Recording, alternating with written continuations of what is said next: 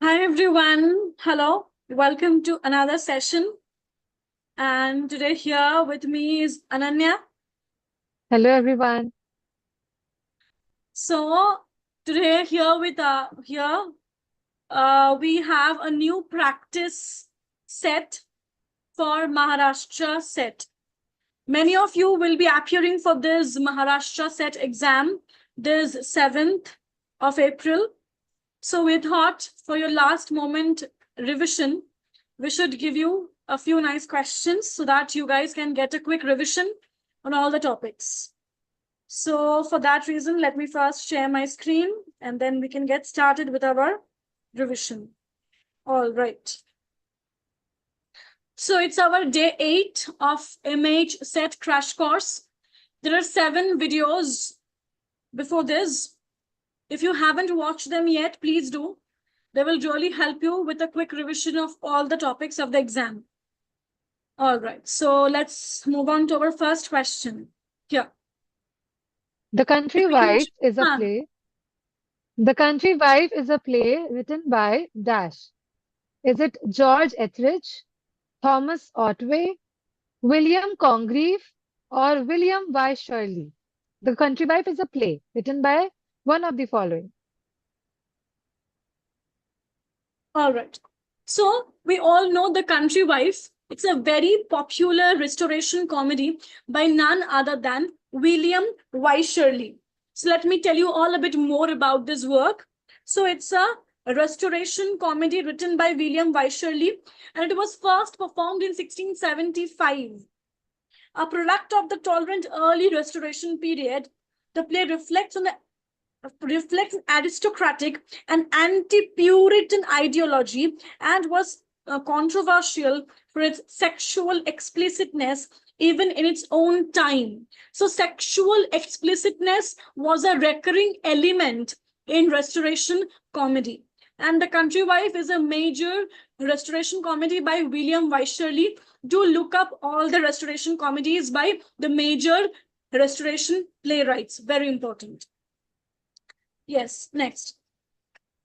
James Joyce's Exiles is Dash. Is it a novel, an essay, a play, or a poem? James Joyce's Exiles is the work's name. Is it a novel, essay, or play, or a poem? So, we know James Joyce was a towering modernist figure. We mostly know him through his works like Ulysses, Finnegan's Wake, a portrait of the artist as a young man, Dubliners. But other than his fiction, his novels and short story collections, there is a major play also by Joyce that is Exiles. So it's a play, right? So let me tell you guys a bit more about this. So Exiles is James Joyce's only existing play, and it draws on the story of the dead, the final short story in Joyce's short story collection, Dubliners. The play was rejected by WB Yeats for production by the Abbey Theatre, and its first major London performance was in 1970. So it's a major play by James Joyce, Exiles. Okay, next. Passage to India is a poem. Pay attention. Passage to India is a poem by Dash.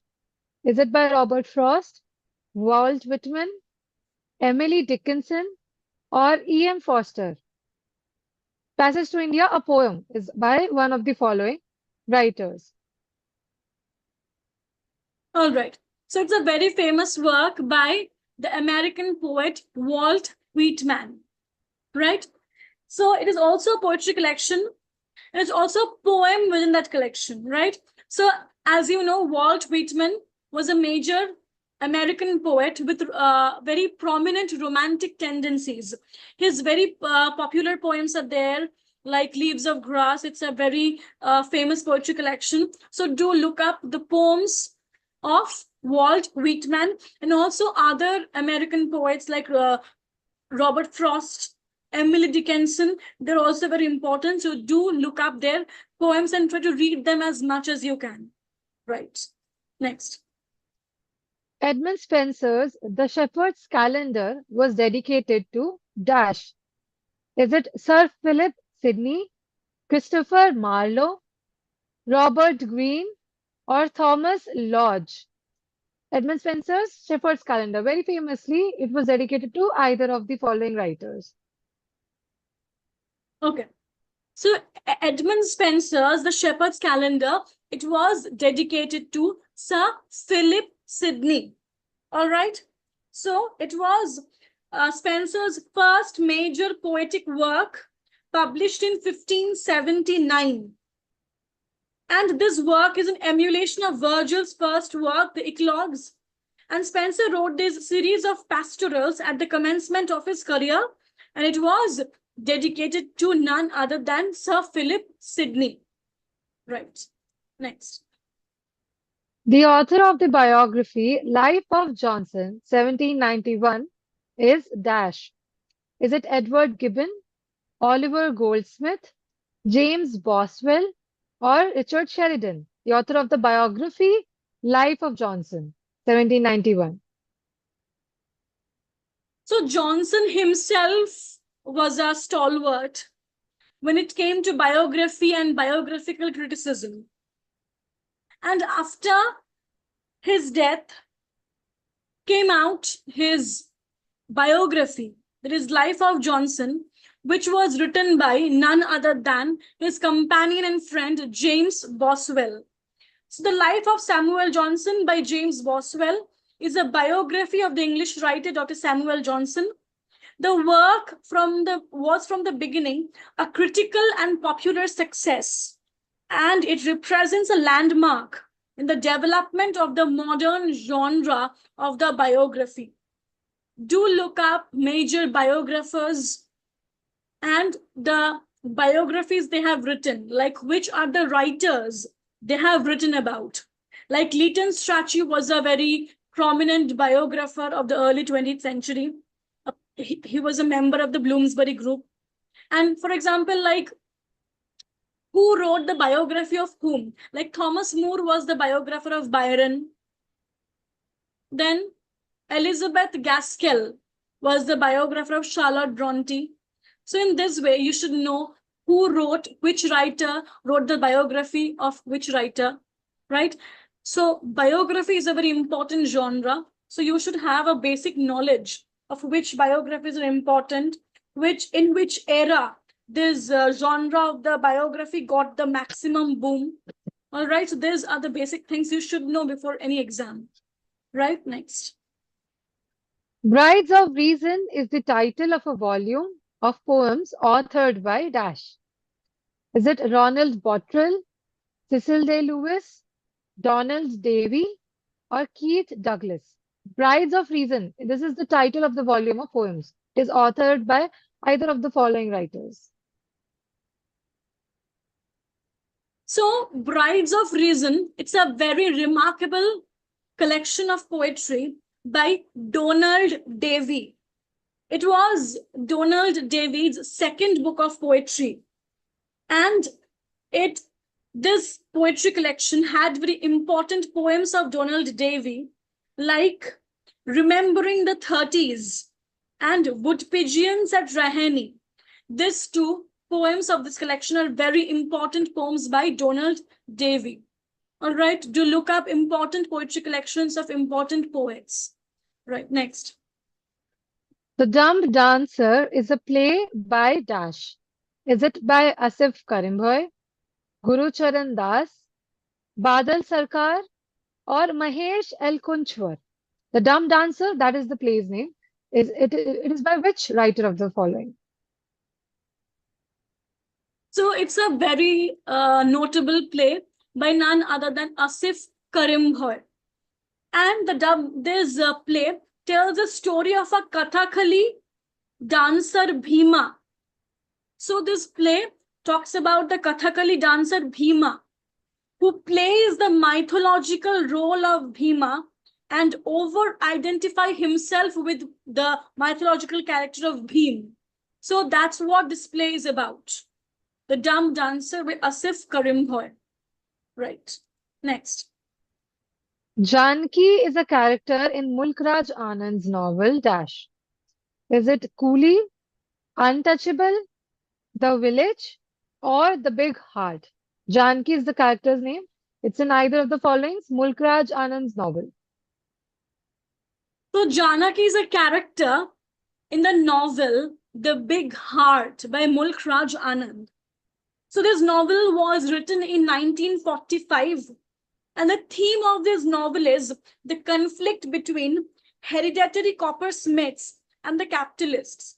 It's a novel about a village of artisans in Amritsar district in the early 1940s whose livelihood is destroyed by the establishment of a factory producing copper utensils. So, rising capitalism and how this capitalism juxtaposes with rural living and how it affects them. So, there's hereditary coppersmith lives and how the how capitalism is affecting their lives in turn. Okay, right. Next. Who called Spencer the poet's poet? Is it William Hazlitt, John Dryden, Alexander Pope, or Charles Lamb, who called Spencer poet's poet? All right. So, very popularly, it was Charles Lamb who had called Spencer the poet's poet because of his metrical invention of Spencerian stanza, because of his excellent writing style, all right, because of his excellence in writing style, and because of his technical and metrical innovations.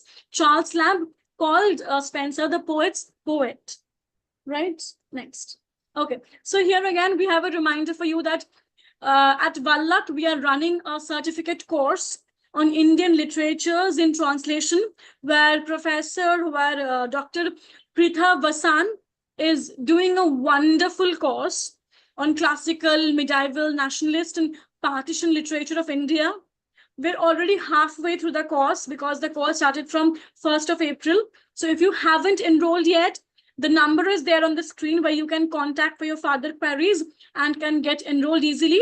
And all the classes you might have missed will be available to you in form of recordings, which will be, you will get lifetime access to those videos and PDFs.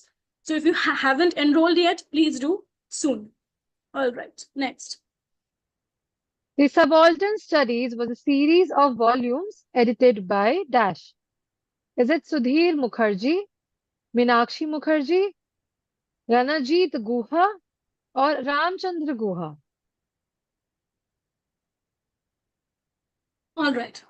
So it was Ranajit Guha who took the initiative of bringing out a series of works on the subaltern studies.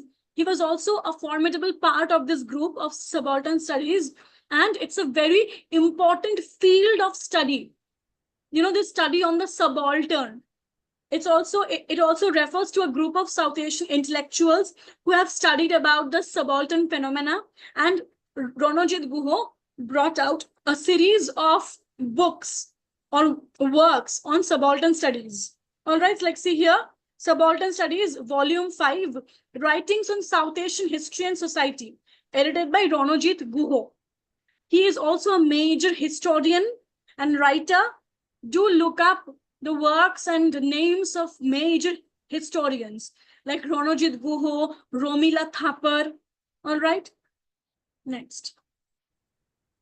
The Lie of the Land, English Literary Studies in India, is a collection of research papers in Indian English edited by Dash.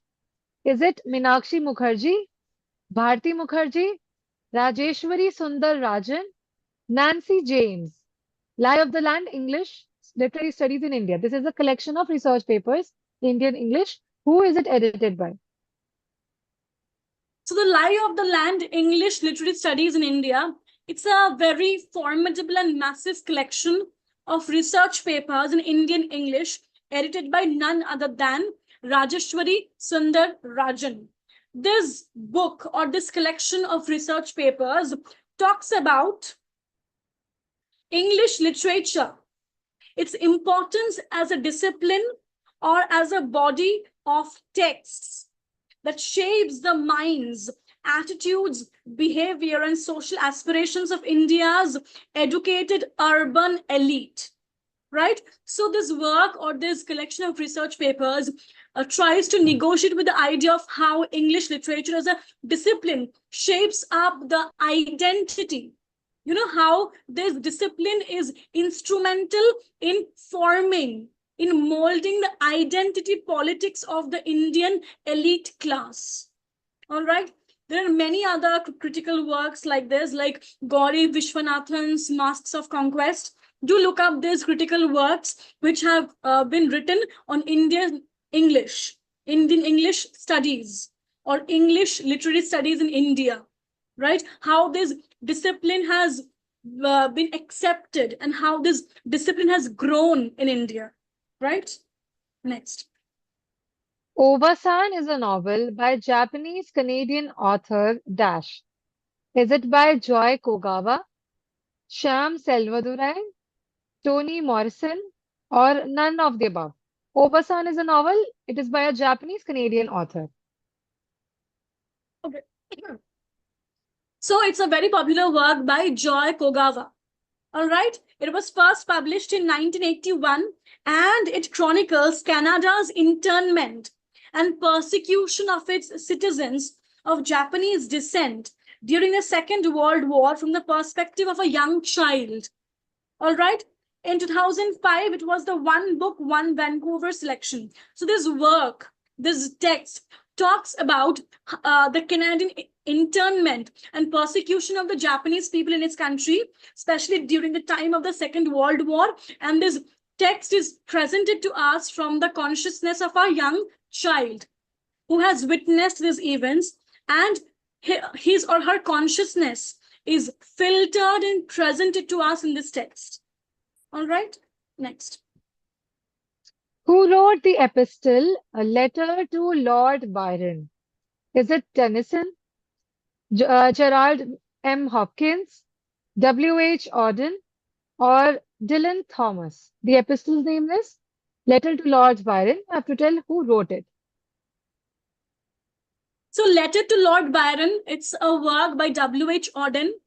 And this epistle was actually published initially in the collection Letters from Iceland, which was published in 1937.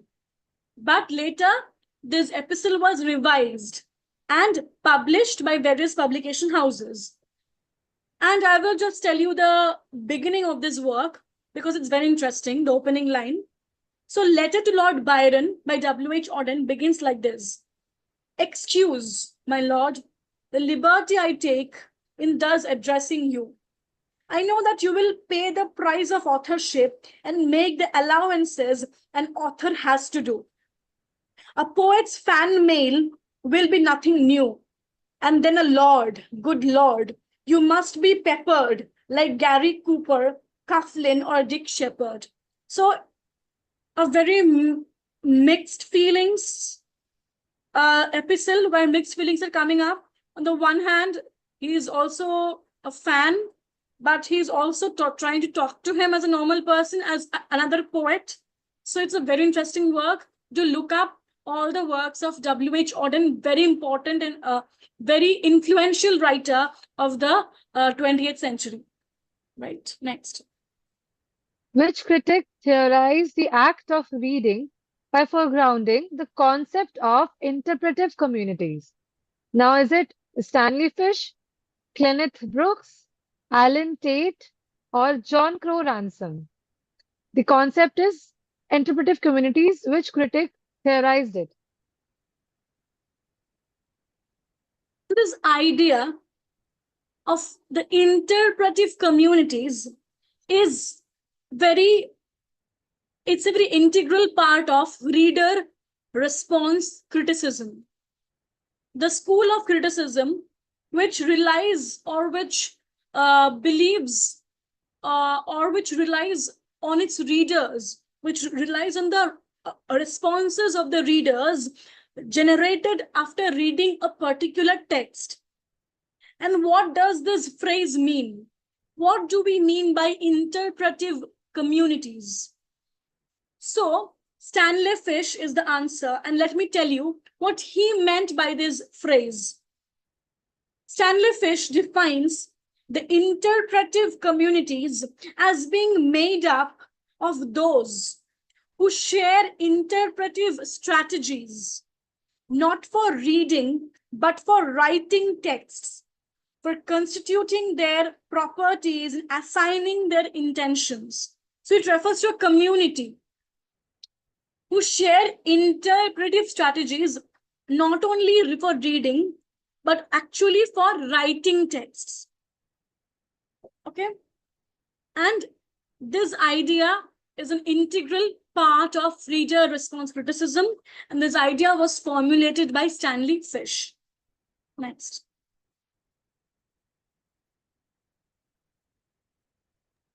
Who has made the self-declaration about the microcosmic depiction as the little bit 2 inches wide of ivory on which I walk?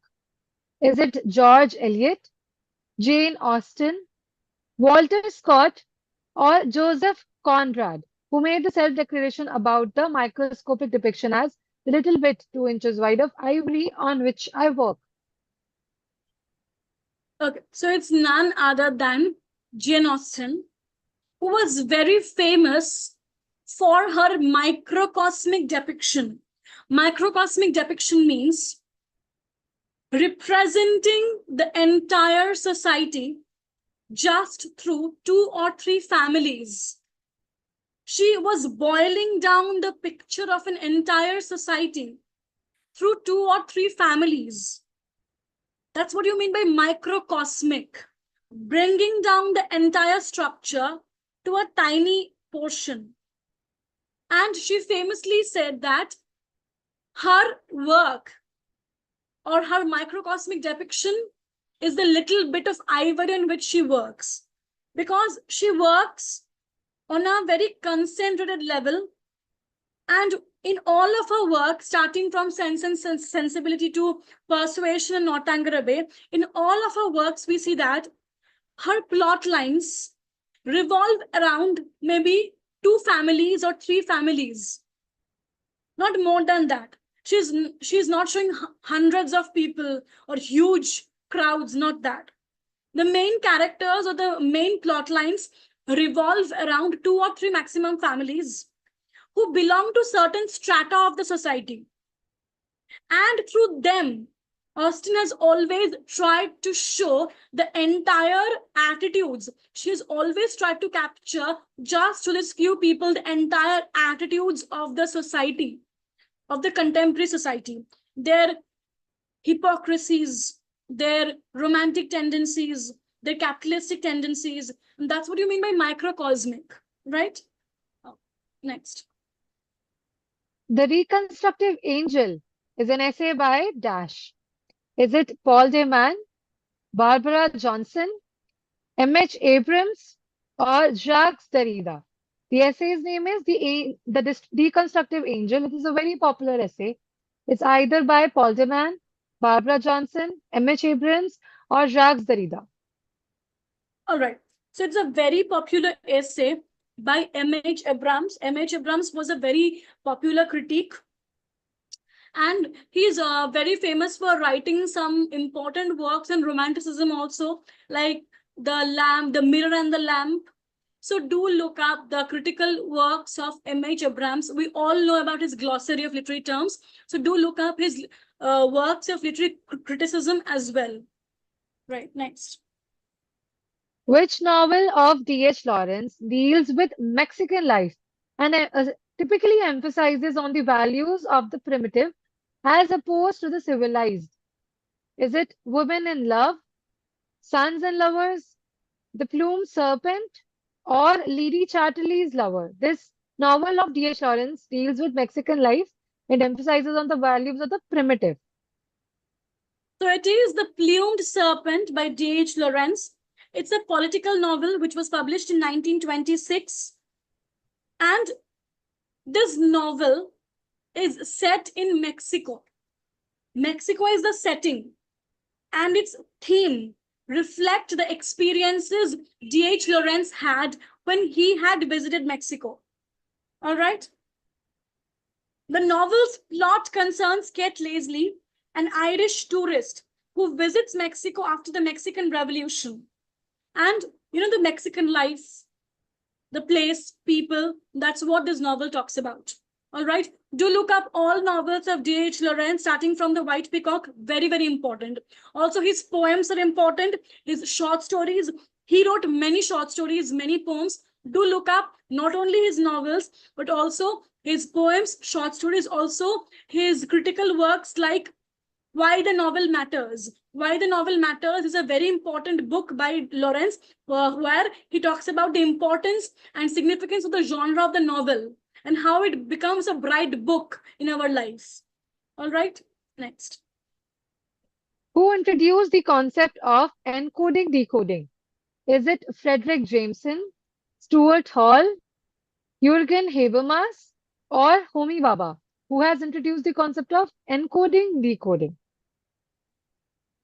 So encoding, decoding, it's a very, very primary idea of communication, human communication especially. Encoding means you're framing a message and you're communicating it, you're conveying it to someone. And decoding means I'm listening to you first, and then I'm trying to decode that what you have said. I'm trying to decode the meaning of your message. So this is what you mean by encoding, means framing and sending of a message. Decoding means first listening to it and then trying to understand the meaning of your message, right? And it was famously Stuart Hall who introduced the concept of encoding and decoding in cultural studies. All right, do look up the works and importance of Stuart Hall. He was also a director at the Center for Contemporary Studies, Cultural Studies at the University of Birmingham. So do look up his life, his works, and the concepts he has propounded. All right. Next. The anthropologist commonly associated with structuralist thinking is dash. Is it Claude Lévi-Strauss, Margaret Mead, Victor Turner, or James Clifford? This anthropologist is commonly associated with structuralist thinking. I think you all have guessed by now. It's none other than Claude Lévi-Strauss. So Claude Lévi-Strauss was a French anthropologist and ethnologist whose work was key in the development of the theories of structuralism and structural anthropology. All right. He's a very important person. We all know and we all have read about his various works like Trister's Tropics in literary theory. He's the one who talked about the savage mind. So do look Mm. up Claude Lévi-Strauss, his works, his concepts, very important. Next. Glengarry Glen Ross is a play by dash. Is it by David Mamet, Carol Churchill, Harold Pinter, or none of the above? Glengarry Glen Ross. This is the play's name. Okay. So many of you might be acquainted with this playwright or maybe not. So it's a wonderful play by none other than David Mamet. David Mamet is a very popular playwright, and Glengarry Glen Ross. So it's a play by David Mamet that won the Pulitzer Prize in 1984.